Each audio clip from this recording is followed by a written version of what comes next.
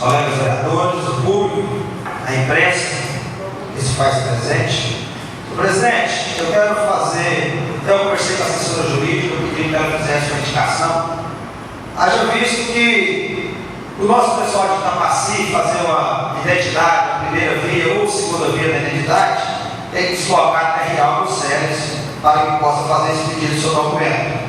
Eu já tive uma conversa com o prefeito Ney, da nossa ideia, e ele aceitou a nossa ideia. Então é por isso que eu quero que faça uma indicação a respeito de uma extensão deste órgão da Polícia Civil, da Polícia Científica, para que possa ser feito aqui em Itapaci, tirar as identidades, primeira vias e até mesmo a segunda via de identidade. Acredito eu que vai facilitar muito para o povo de Itapaci e ainda vai se regionalizar, porque tem Pilar, tem Guarinos, tem Graulinos, tem outros municípios vizinhos, e até mesmo tem que se colocar nas sedes ou real para que possa pedir a sua cédula de identidade. Então, são essas minhas palavras.